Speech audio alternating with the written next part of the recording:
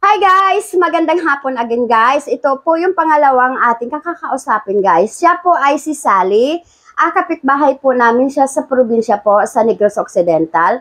At how many years din po, matagal din pong taon na hindi po kami nagkikita guys. Siguro parang 2 times pa lang tayo nagkita or ilang palagay mo mga dalawang beses pa lang, pangatlo pa lang ngayon. Okay guys. Nandito rin po siya sa Maynila guys at nagtatrabaho po siya, nandito na rin po siya, nagkapamilya. Kumusta ka na? Okay lang. Ilan ngayong anak natin? 4. Yung panganay mo ilang taon? 33? Ilang taon? 33. 33, may asawa na. Oo, 2 na anak. May apo ka na? 2.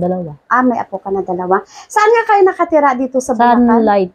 Sa Sunlight lang. Muson. Ano ang ating trabaho? Mananahi. Mananahi ng? Iba-iba. May damit, may jogging pants. Yung sa mananahi, ano ba yung experience dyan? O paano ba ang kitaan dyan? O paano ba ang sweldo nga naman? Kasi as a mananahi, alam ko, may quota. Paano ba yan? Paliwanag mo nga Bali ngayon, arawan kami ngayon sa pinapasukan namin. May quota din kami. Pag arawan, ano ibig sabihin nun? Bali 8 hours. 8 hours. Tapos magkano ang 450 sa 450 ang isang araw. Tapos minsan may 40, may overtime. pag may overtime, dagdag ang bayad doon. May 450 na tapos may overtime pa. 2 oras. 2 oras. Ilang taon ka na nananahi? 25 years na 25 yata. years, napakatagal na. Ang tagal nun, 25 years. Kumbaga yan lang talaga ang work na gusto mo. Gusto mo siya. Gusto ko na matagal na ako. Masaya ka? Masaya naman, marami akong kasama. Enjoy. Oo. Pero yung asawa mo si Kuya, saan nga nagtatrabaho? Construction. Construction. Pero sa pagtatrabaho mo na yan, alam ko mananahi mahirap. Mayroon yung pag-uwi mo sa bahay, pag yung nagbabasa ka, yung pasma. Bawal. Wala ka bang nararamdaman? Marami na. Dahil gawa ng?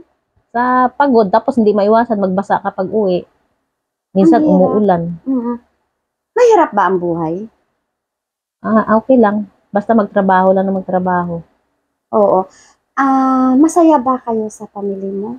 Oo. Kasi alam mo, masaya ang buhay pag yung nagmamahalan. Masaya ang buhay pag buo. Masaya ang buhay pag nagtutulungan. Masaya ang buhay pag kahit na walang pera, basta wala lang problema, walang sakit. Okay. Oo. 'Di ba? Parang ang sarap lang sa pakiramdam. At hindi ka shoutout mo yung mga kapatid mo na sa probinsya. Sa shoutout ko? Oo, shoutout mo sila. Shoutout? Oo. Shoutout sa mga manghud ko sa probinsya. Oo, yung mga mag-anak ko, mga pamilya Cornelio. Oo. Pamilya Cornelio. Oo, shoutout mo sila. At siguro ako, kasi sa tagal na rin naman natin hindi nagkikita. Total, nandito naman din ako sa Maynila, pero how many years na tayo hindi nagkikita.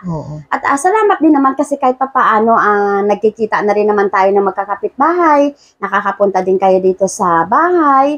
At yun nga, siguro, may mga time lang talaga na no time sa pagkikita-kita. Pero sana po mabigyan tayo ng pagkakataon na magkikita-kita po tayo ulit itong December. At maraming salamat po sa pagpapaunlak mo sa akin. At dahil dyan ay bibigyan kita ng pangkape. Salamat. Thank you so much at God bless you. At mag-ingat kayo lagi at pagpapalain po tayo sa araw-araw. God bless din. Thank you.